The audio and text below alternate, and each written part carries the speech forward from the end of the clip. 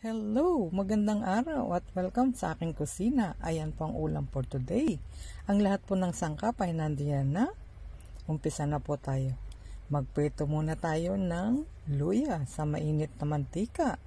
At atin pong isunod ang ating isda.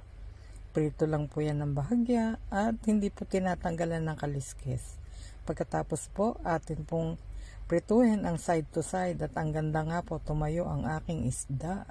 Ayan, bahagya lang pong pipirituhin yan. At sa kabilang kalan naman, ako po ay nagpapakulunan ng tubig na mainit, may oyster sauce, soy sauce at luya. At nang maprito ko na nga po ang isdang bahagya, inilagay ko na po siya dito. At hahayaan lamang po natin kumulo ng mga 15 minutes at akin na pong inilagay ang sangkap na ampalaya. Ayan. Napakasarap po ng ating ulam at napakaganda ng kulay niya. Masustansya po iyan.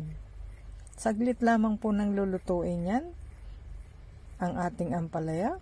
Mga 5 minutes pa po. Ayan, tatakpan ko po saglit at akin pong lalagyan ng konting asin. Ayan. So, tikman po natin. Depende po sa inyong panlasa. Ayan ang aking braised fish in oyster sauce with ampalaya. Ready to serve na po. At thank you for watching.